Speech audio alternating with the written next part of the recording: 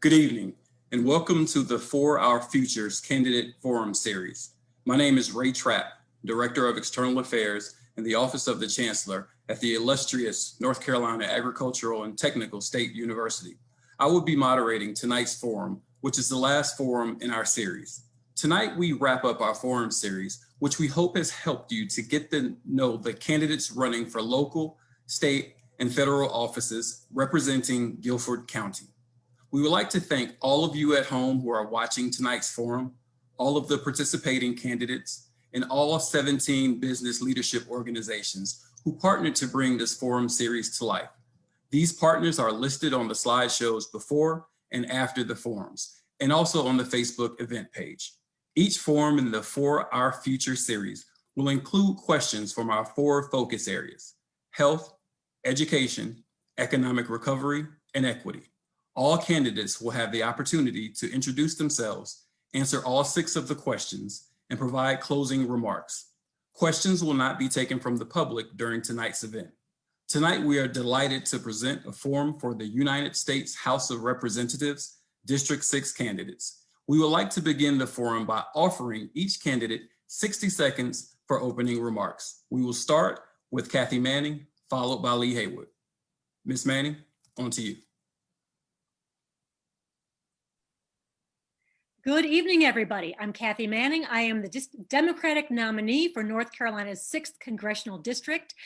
I have lived in Greensboro for more than 30 years. I've raised my family here, built my career as an immigration attorney here, and worked hard to make our community a better place. I've worked with United Way to expand access to early childhood education, worked with a community foundation to help people who were thrown out of work during the Great Recession get food relief, mortgage relief, and job retraining. I sit on the board of UNCG and was privileged to serve on the Bennett College Re-Engineering Committee to help Bennett chart a strong path forward. For years, I have worked on the revitalization of our downtown so we can attract new companies and provide good career opportunities to convince people to build their careers and grow their families in our community. I was involved in the effort to build Greensboro Children's Museum, Triad Stage, and I led the effort to build the Tanger Center for the Performing Arts. I was also the first woman to chair the board of one of the largest faith-based organizations in the country, an organization that provides relief to victims of war, terrorist attacks, natural disaster, and advocates our government every year for policies to help those in need and the elderly. I have a 30-year track record of bringing people together to get things done. Thank you. Mr. Haywood, 60 seconds. Tell us about yourself. Good evening, everyone. My name is Lee Haywood, and I'm honored to be the Republican nominee for the 6th congressional seat that's currently open now that my friend Mark Walker has decided not to, since he backed out. I've lived in Guilford County for over 50 years, and in 2 months, me and my wife, Brenda, will have been married for 37 years. And we currently live in Summerfield, love it up here, it's a beautiful area. But I felt the calling to run for this seat when my friend Mark decided not to run. I love the 6th district. I love the people in the district. It's a working class district, and I've worked in this area for most of my life since I was a teenager. And I feel I can represent the people up in Washington. I know their concerns. I know what they want from a representative for having lived here for most of my life. And I want to thank you for the opportunity. Thank you for everyone for holding this forum. Thank you.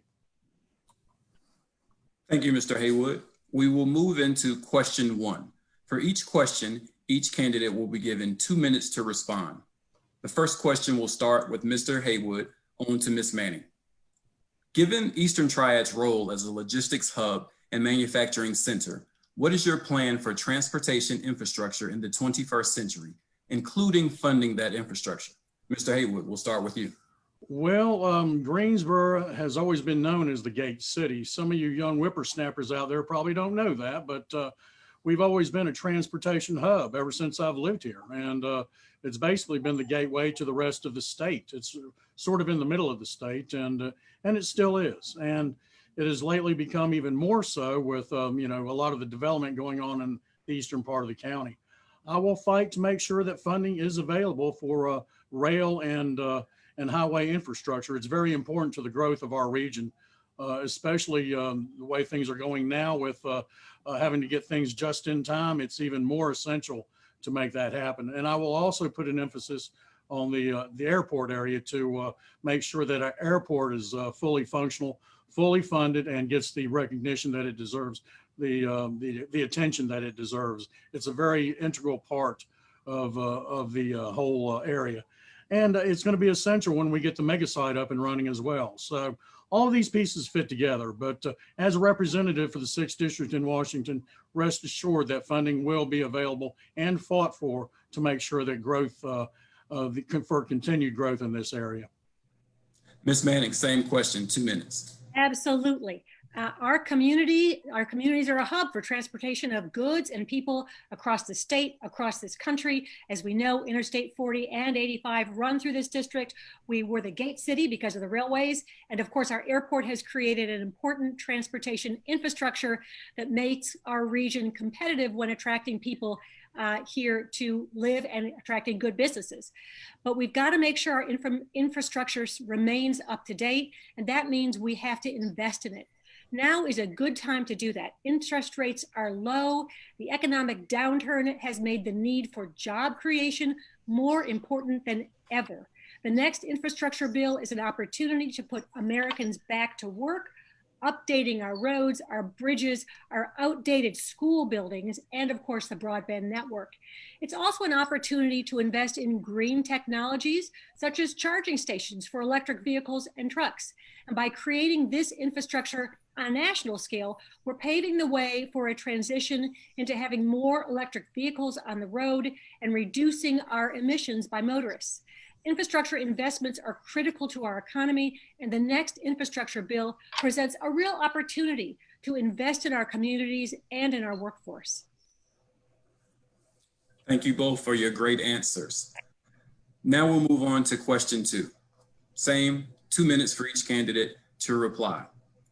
We'll start with Ms. Manning this time and on to Mr. Haywood. What do you think about current U.S. policies on immigration as it relates to workforce? And is there anything you would like to change? Ms. Manning, to you first. Well, I am the great-granddaughter of immigrants who came to this country fleeing religious persecution. They came here with nothing but a determination to work hard, get a good education for their children, and build a better future for the next generation. And I am the beneficiary of their hard work, but also the opportunity that this country offered them. And too many people today are not having that same opportunity. We haven't had comprehensive immigration reform since 1986. Our world has changed immensely since then. Our economy has changed. So it's long past time that we update our immigration laws to reflect the diversity of our nation and the current needs of our workforce. As an immigration attorney, I've worked with local companies to bring skilled workers to our country legally to fill the needs of our workforce. I support increasing the number of work visas for skilled workers to assist local companies in attracting the very best talent. I also support the creation of a pathway to citizenship for dreamers. For many of these young people, this country is the only home they've ever known. They've been educated here, they work here, they pay taxes here. Many of them serve in our military. So we should create a pathway for them to become citizens and continue contributing to our community. I'll stand up to the Trump administration's efforts to separate children from their families, to demonize immigrants, and to build a costly and ineffective border wall. We're a country of immigrants, and our diversity makes us stronger, and our laws should reflect these ideals and the needs of our modern workforce. Thank you, Ms. Manning. Mr. Haywood? Oh, I agree with Ms. Manning that we need to reform our immigration laws. I think they're ridiculous. There needs to be a clear and easier path to citizenship for legal immigrants. I disagree with her fact about with her comments about the wall. We need to finish the wall as soon as possible. I'm all conservatives that I know are for legal immigration. Nobody is against legal immigration. What we're concerned about are people coming over our borders that we don't know their names, we don't know who they are, where they're going, or what they're doing. A building of the wall is essential to making sure that we keep our sovereignty intact and that we keep our country and its citizens safe. With that being said, there are studies that prove that the building of a wall the wall decreases illegal crossings by 80%. Now, Ms. Manning's wrong on that, and she's also wrong about the fact that Donald Trump was the reason that families were separated from their children. That actually started back in the Obama administration. So she needs to get her facts straight. And I don't agree with that anyway. We need to stop that practice. I believe Donald Trump has stopped that practice. But I am for the reform of immigration laws. We need as many of these legal immigrants coming to our country as possible. We need it for our country, for the diversity of our country, and to help our country grow. Thank you. Thank you both. For question 3, we will start with Mr. Haywood. Again, 2 minutes for each candidate to respond.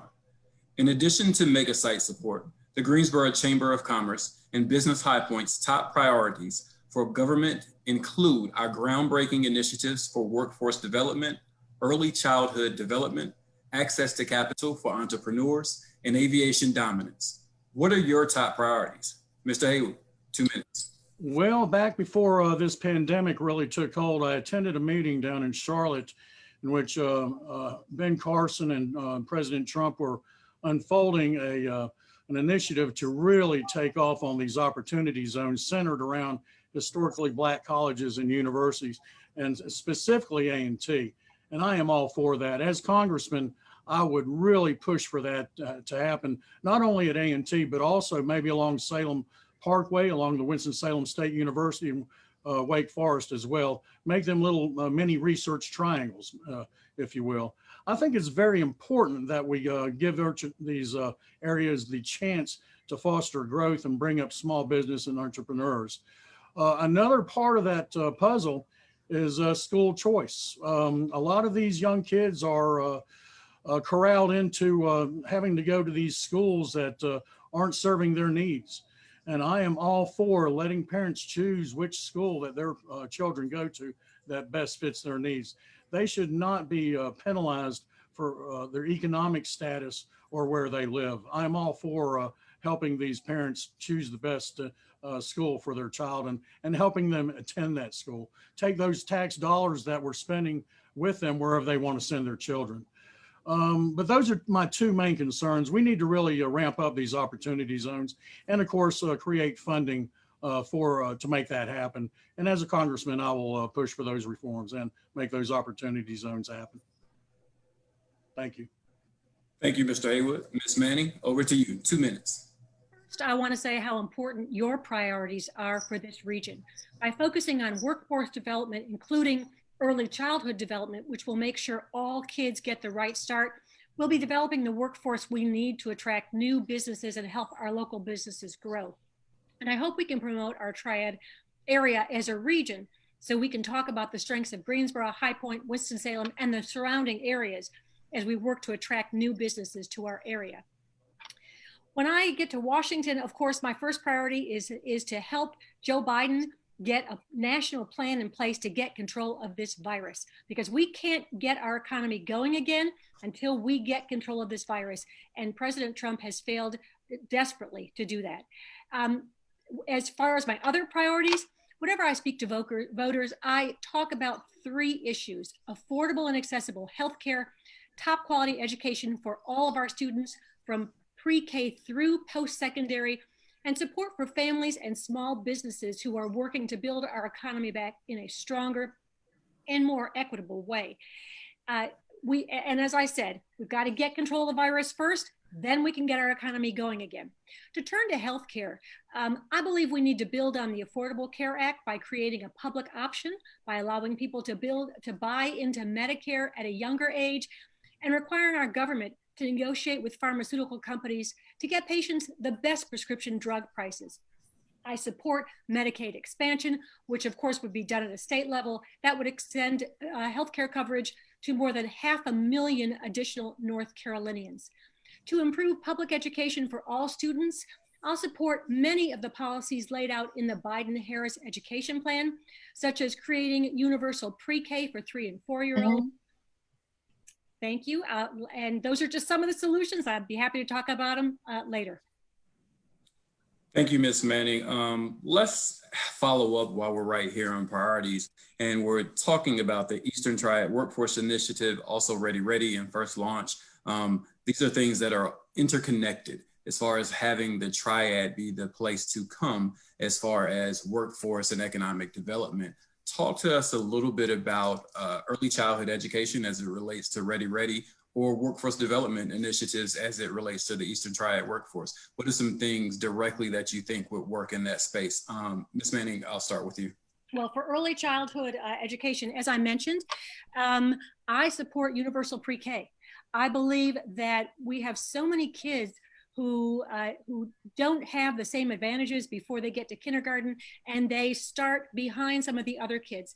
And so I think universal pre-K would be a great way to make sure we have more kids ready to start kindergarten and learn and to capture the way they soak up information when they're young and their brains are so pliable.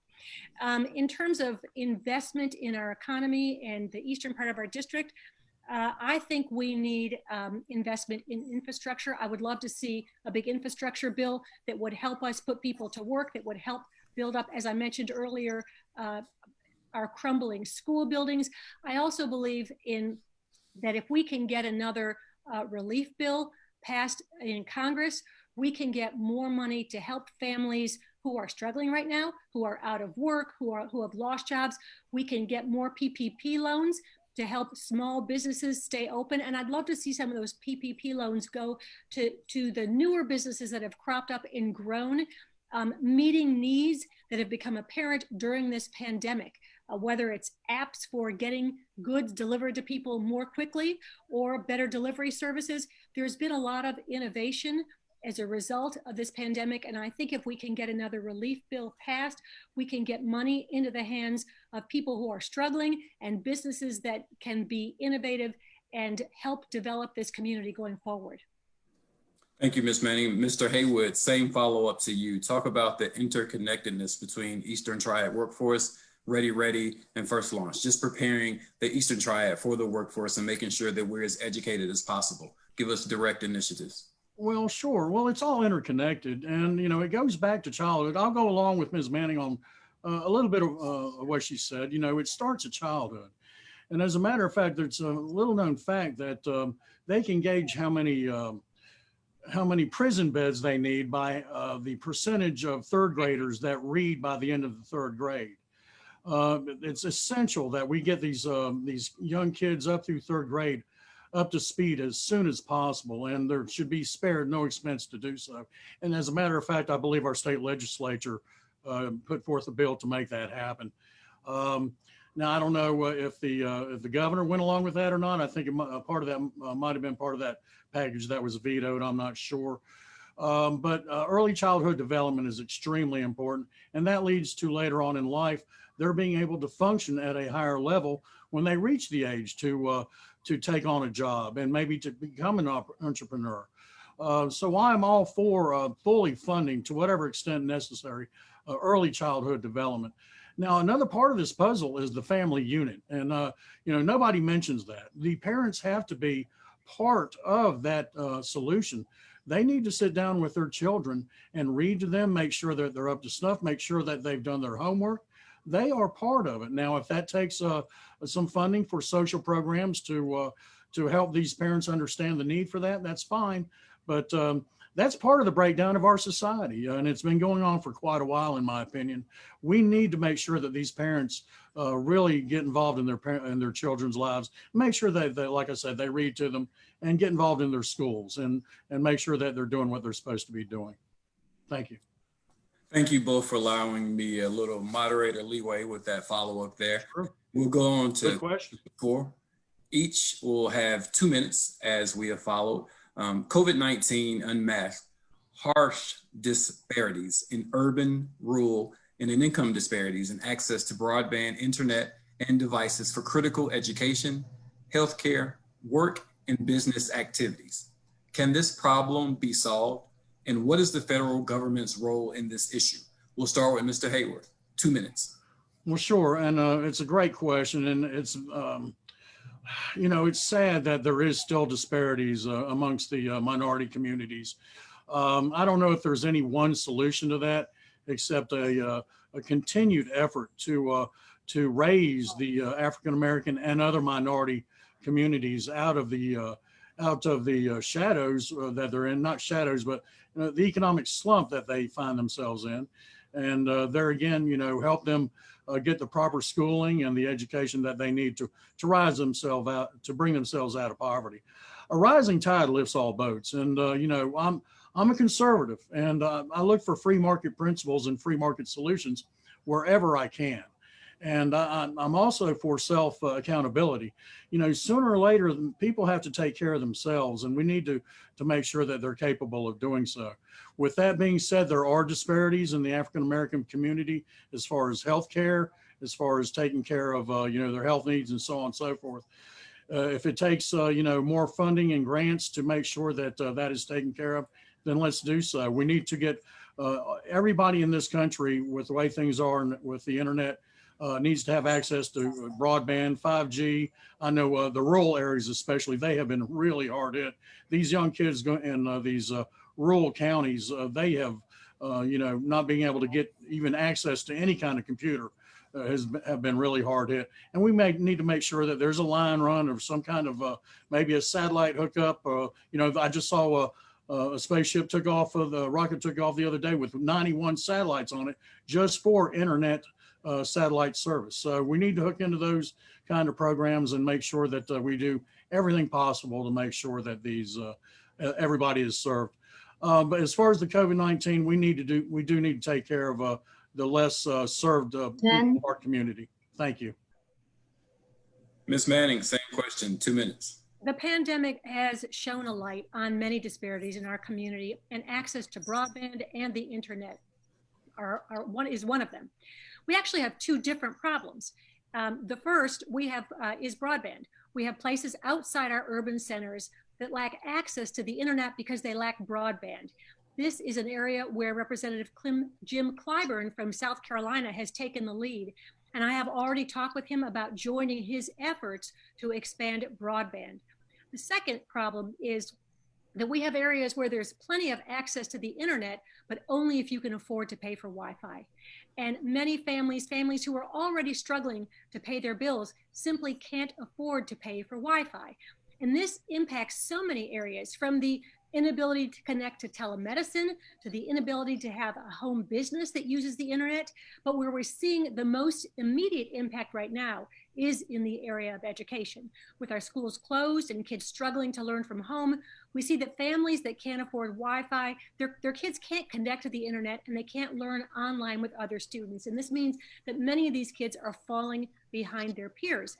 In addition, while kids from wealthier families may have multiple computers, laptops, other devices they can use, kids from lower income families are dependent on tablets provided from their schools, and these are often old and out of date. So I support the passage of additional COVID-19 relief that will include funding for states and localities to purchase devices for students in need, to assist low-income families with low-cost or no-cost Wi-Fi, and to make sure our schools have the up-to-date technology they need to help our teachers teach online.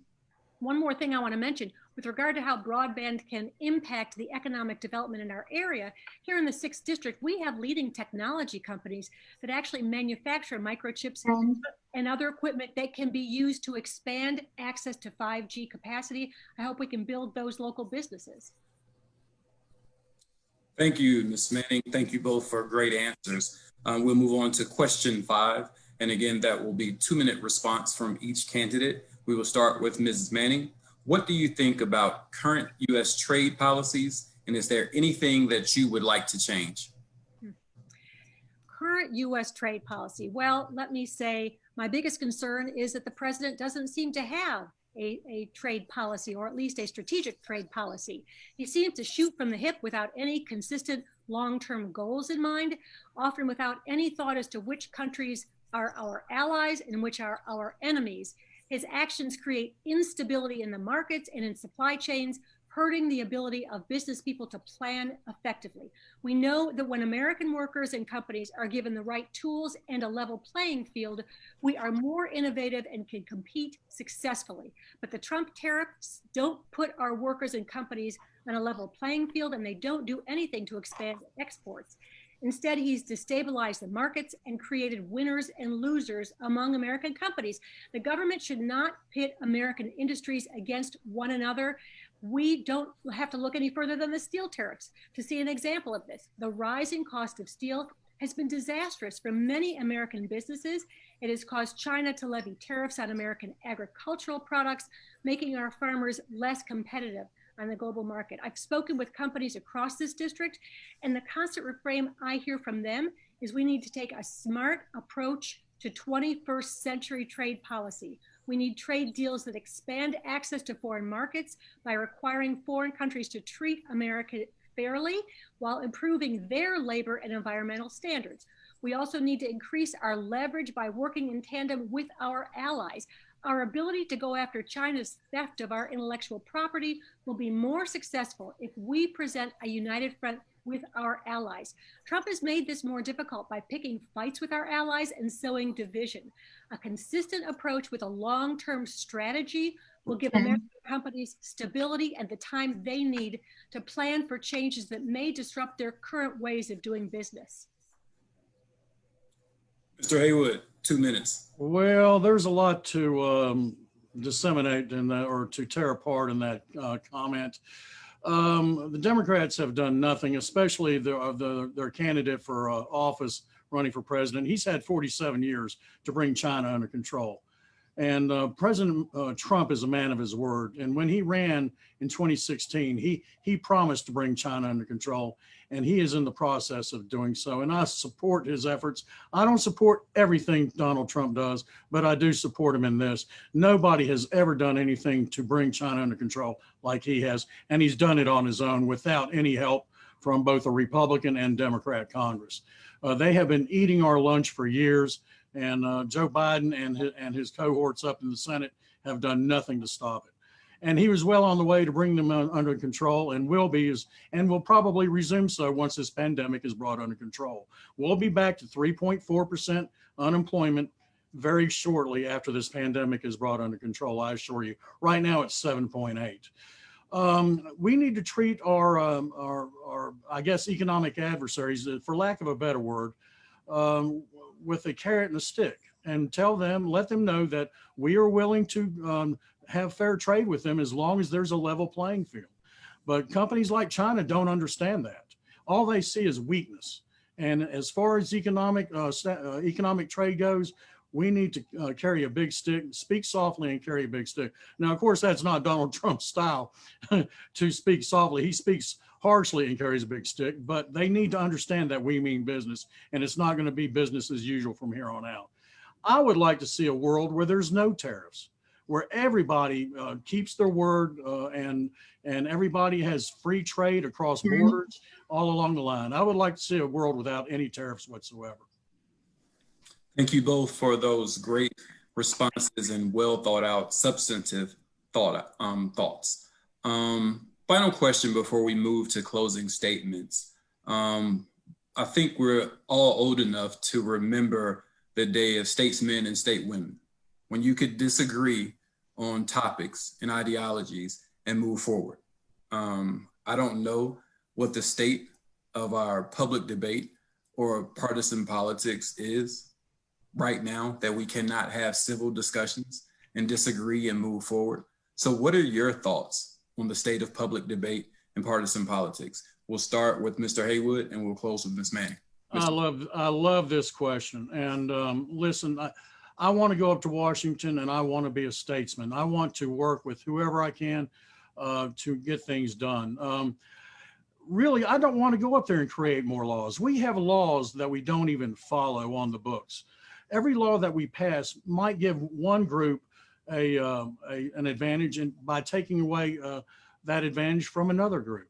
I just want to make sure that the laws we have are followed. And yes, if something comes up that I feel is important, I might put forth a law or two, but that is not my prime objective. My prime objective is to get up there and work with whoever I can to make sure the economy is running, to do away with unfair and an injustice in the world, to make sure that we all get along. And the 6th district is a perfect example of that. The diversity in this district really could be an example for the rest of the country.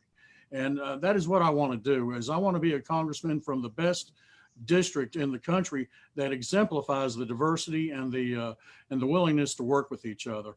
And I will do my best to make sure that happens. And I've been known to take on hard things in my life, and this is a hard one, but I don't shy away from these things. And that is going to be my prime directive in Washington, is to make sure that I will work with anybody that is willing to work with me. Thank you, Mr. Haywood. Same question, Mrs. Manning. I think I would start by saying we need to have leaders who lead by example. And when you have a president who regularly attacks people, demeans people, fans the flames of hatred and division, it's no surprise that that attitude and that approach filters down to other people. And I think in Joe Biden, we have a man who treats others with respect, who understands empathy, who will not demean people or treat people as other. I have always treated others with respect. That is my plan. When I go to Washington, I plan to get to know the people that I'll be working with, both on the Democrats and the Republicans. My plan is to treat everyone with respect and make friends so that we can find ways to work together. I've done that in my work in the community. I've done that in my work as an attorney, and that is the way I plan to move forward. There's another aspect to this, and that is the way we all consume news differently. The facts we believe are facts differ depending on what news stations we watch and what information we get across the internet. And we used to have a fairness doctrine that has gone away. I wonder whether it would be appropriate to reinstate that. But the one thing we can do is we can educate our children to be good and discerning consumers of news and information. And if we teach our children to be critical thinkers and understand how to ferret out the facts, I think that will help us have fact-based discussions, and perhaps we may disagree with people on opinions, but maybe we can start operating from the same facts. Thank you both. Great responses as we've had all night. I thank you for this opportunity to moderate this debate between you two, who have for largely been almost 45 minutes and no attacks. Everyone has stick to the script and gave very informative answers. So I think we're working towards that and working towards being able to have discussions and differences in ideologies and philosophies and in legislation, but not have that boil over into personal attacks. So kudos to both of you, great candidates, great job on this forum. I'll give you each 2 minutes for closing statements, including anything that you wish we had asked and we did not. So Mr. Haywood, I'll start with you, and Ms. Manning to close us out. Okay, well, I doubt if I'll need 2 minutes. I'm a simple guy. Really, I felt the calling to run for this office. I love the district. I love the people in it. I've been working ever since I was a teenager. I'm a news junkie. I just love For some reason, I got involved in politics. I guess it's just because I felt the need that government belongs to those who show up. And I realized that early on. And there's a lot of problems facing us in this country, but I don't think we need to throw the baby out with the bathwater. This is the greatest country God has given the earth, given mankind. And, we need to wrap our arms around this country and squeeze it for all it offers. And to these young kids, I think the young kids in our district, well, in our country, you talked about the media a little while ago, Ms. Manning. I agree. The media can be an enemy, and they have really done a disservice to the young people in this country. These kids need to be taught how to utilize their talents to survive and to thrive in this country. And like I said, squeeze everything out of it. No, there's no other country on the face of the earth that provides the opportunities that this country does. And, if it's when this country goes down the road to maybe socialism or something like that, there's no other country where we can escape to. This is it. And this gives everybody the same opportunity, the same playing field. But I just want to serve. And I ask for your vote. I promise you I'll be the best representative you'll ever have up in Washington. I'll be accessible. My office will represent the makeup of the district. I'll have as many minorities on my staff as I can, and they will be front and center. They'll be front office people, and they will be out and about in the district. I want it to reflect the true makeup of the district. And I want everybody in this district to love each other. I want them to take care of each other and to get along with each other. And that is my goal. So my name's Lee Haywood, www.leehaywood.com. My phone number is 336-339-3286. You can call me 24/7 and I'll take your call. Thank you very much. Ms. Manning, 2 minutes, closing statement. Our country is at a crossroads, and this year's election will determine the direction that our future will take. We need to save this democracy. We need to elect new leaders who will prioritize a national plan to get the coronavirus under control so we can get our economy back on track and we can get back to living our normal lives. We need leaders who will fight to make healthcare more affordable, not rip it away during a pandemic. We need leaders who will invest in education, in workforce training, and support families and businesses who are struggling so we can build back our economy stronger and in a more equitable way than before. And we need leaders who understand that this is a moment where we have an opportunity to address racial justice issues in a way like never before. I have a 30-year track record of working with people all across this community, bringing them together and getting tough things done. I want to take those skills to Washington and help rebuild our country. This election is too important to sit out. So I'm asking each and every one of you, make a plan to vote. You can vote absentee, you can vote by mail, you can vote during early voting, which runs October 15th through 31st. We've got 25 early voting sites in Guilford County and 17 in Forsyth County, or of course, you can vote on Election Day. I'm Kathy Manning. I'm asking for your vote. With only 26 days until Election Day, we have an opportunity to get our country back on track. So please make a plan to vote, make that plan today, and follow through. Thank you. Thank you, Mrs. Manning. Thank you, Mr. Haywood. This is outstanding, amazing debate. I think you see that here in the 6th Congressional District, we have 2 outstanding candidates that are running for this office. This concludes tonight's forum and the For Our Future series. We would like to thank the candidates participating tonight and all of the candidates who have joined us over the past 4 evenings. We appreciate your willingness to participate and your willingness to serve Guilford County. We know holding public office is a personal sacrifice.